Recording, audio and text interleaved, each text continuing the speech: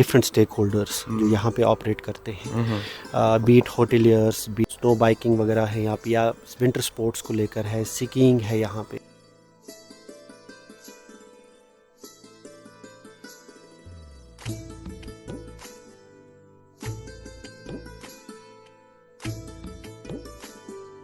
अस्सलाम वालेकुम, आदाब, सत श्री अकाल। मेरा नाम है आरजे माजिद और इस वक्त अभी आप मुझे देख रहे हैं रेडियो उड़ी 90 FM के डिजिटल हैंडल्स पे। अभी मेरे साथ असिस्टेंट डायरेक्टर टूरिज़्म हैं ताहिर साहब हमारे साथ मौजूद हैं।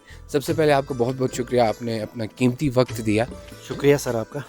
मैं आपसे सबसे पहले आपके बारे में जानना चाहूँगा और असिस्टेंट डायरेक्टर टूरिज़्म का क्या रोल है, गुलमर्ग का टूरिज़्म इंडस्ट्री कैसे डेवलप हो रही है और आपकी टीम अपने कोलीग्स को कैसे मोटिवेट कर रही है। सबसे पहले जो as assistant director tourism Gulmarg जो रोल रहता है वो बेसिकली जो गुलमर्ग रिज़ॉर्ट है जी, ख़ास तौर पे इस पे जो भी एज ए टूरिज़्म के पॉइंट ऑफ व्यू से जो भी हमारे रिस्पॉन्सिबिलिटीज़ रहती हैं with respect to different stakeholders जो यहाँ पे ऑपरेट करते हैं, be it hoteliers, be it pony वालाज, be it the snow biking वगैरह है यहाँ पे, या विंटर स्पोर्ट्स को लेकर है, स्कीइंग है यहाँ पे। तो उस सब को जो है मैनेज करना और उस सब को रेगुलेट करना, रिज़ॉर्ट को मेंटेन करके रखना प्रॉपरली, सो दैट एक ऐसा इंफ्रास्ट्रक्चर बिल्ड हो जाए जो कि बहुत फेवरेबल हो टूरिस्ट्स के लिए और पूरी इंडस्ट्री के लिए। सर, एक और इम्पॉर्टेंट क्वेश्चन ये है कि गुलमर्ग में सस्टेनेबल टूरिज़्म को प्रमोट करने के लिए आपके पास क्या क्या प्लान्स हैं? देखिए, सस्टेनेबल टूरिज़्म मैं समझता हूँ एक परसेप्शन के बेस पे ऑपरेट करता है। एक परसेप्शन की जो ये रिज़ॉर्ट है, या अगर मैं पूरे जे.एंड.के टूरिज़्म की बात करूँ कि आपकी ये जगह कितना बेहतर तरीके से टूरिस्ट्स को ट्रीट कर रही है, उसमें इंस्टीट्यूशनल डेवलपमेंट भी है। जैसे इंफ्रास्ट्रक्चर की बात मैं करूँ, उसमें हमारा कंडक्ट भी है। ऑल स्टेक होल्डर्स, चाहे वो हमारी गवर्नमेंट की तरफ से हो, चाहे वो जो लोग इसके साथ जुड़े हैं, होटेलियर्स एंड डिफरेंट पीपल जो यहाँ पे विंटर स्पोर्ट्स में एक्टिवली पार्टिसिपेट कर रहे हैं, उन सब का एक किस तरह से बिहेवियर है towards tourists. And third important कि हम इस जगह को कितना क्लीन रख रहे हैं, कितना वेल सैनिटेशन यहाँ पे हम रख रहे हैं। I think we have been gifted कि यहाँ पे इतनी अच्छी खूबसूरती है, और साथ में गुलमर्ग ख़ास तौर पर कि यहाँ पे बर्फ़ होती है और फिर विंटर स्पोर्ट्स बहुत अच्छे तरीके से यहाँ पे होते हैं। तो ये एक नेचुरल रिसोर्स है जिसको हमें इट्स ए गिफ्ट, इसको हमें प्रिजर्व करना चाहिए, प्रोटेक्ट करना चाहिए, और सस्टेनेबल तरीक़ों से और सस्टेनेबल लाइंस पे इसको डेवलप करना चाहिए। बिल्कुल, सर का यही कहना है कि अगर बीइंग ए लेमैन हम यहाँ आते हैं, प्लास्टिक वगैरह वो हमारी रिस्पॉन्सिबिलिटी है कि हम उसे साइड में जो डस्टबिन्स लगे होते हैं उनमें डाल। सर, मुझे ये बताइए कि लोकल लोगों को यहाँ कितना फ़ायदा है और क्या क्या चैलेंज पेश आती हैं? देखिए, अभी it's too early for me to say कि उनको क्या चैलेंजेस आ रहे हैं या उनको किस तरह से फ़ायदा हो रहा है, but tourism as an industry which I understand, मुझे लगता है कि पहली बात जो लोग यहाँ पे अपना लाइवलीहुड जो उनका है, उनका लाइवलीहुड टूरिज़्म पे ही चलता है। ख़ास तौर पे इतने सारे टूरिस्ट्स आते हैं, और फिर जितनी भी चाहे वो बैक एंड इंडस्ट्रीज़ हैं, फॉरवर्ड लिंकेज जो इंडस्ट्रीज़ का है, उसमें वो लोग पार्टिसिपेंट हैं, तो उनका रोज़गार चलता है। सिंपल सी मैं बात बताऊं, यहाँ के लोकल लोग, अगर हम ट्रांसपोर्ट इंडस्ट्री की बात करें, तो लोकल लोग जो ट्रांसपोर्ट प्रोवाइड कर रहे हैं तो उनका रोज़गार है। इसी तरह से यहाँ पे जैसे मैंने कहा विंटर स्पोर्ट्स करवा रहे हैं, स्कीइंग करवा रहे हैं, या स्नो बाइकिंग हमारे यहाँ पे है, तो उनका लाइवलीहुड है।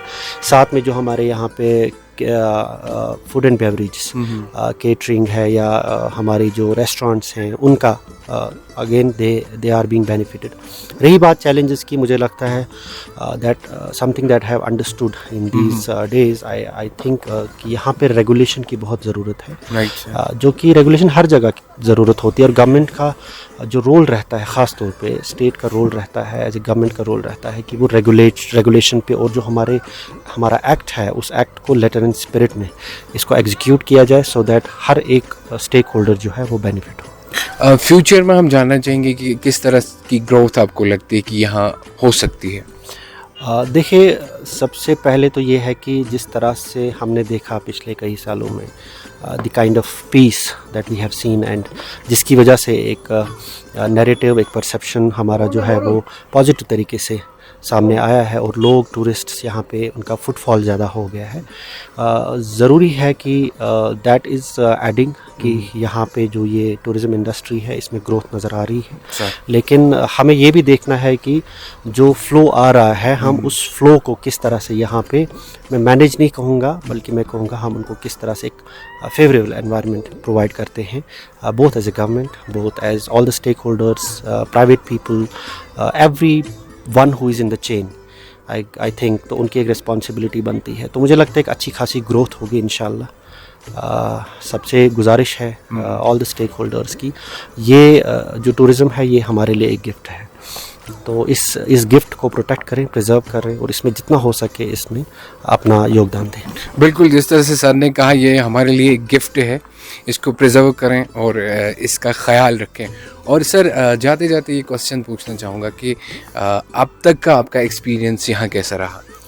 It has been very wonderful actually. जो यहाँ की टीम है, ख़ास तौर पर जो मेरे ऑफिस में जो लोग काम करते हैं, जो मेरी टीम है, बहुत अच्छे हैं। All the officers here are very good, चाहे वो हमारे हायर लेवल से हों, हमारे right from the secretariat level, then our directorate level, then our district पे डिप्टी कमिश्नर्स, या हमारे पुलिस कैंट से एसएसपीज़, फिर हमारे जो यहाँ पे सीओ साहब हैं तारिक साहब, DYSP, SHO साहब, हमारे executive officer municipality. I think यहाँ पे एक डिफरेंट एनवायरनमेंट, वर्क एनवायरनमेंट मिलता है जहाँ पे लोग कोऑर्डिनेटेड तरीके से काम करते हैं।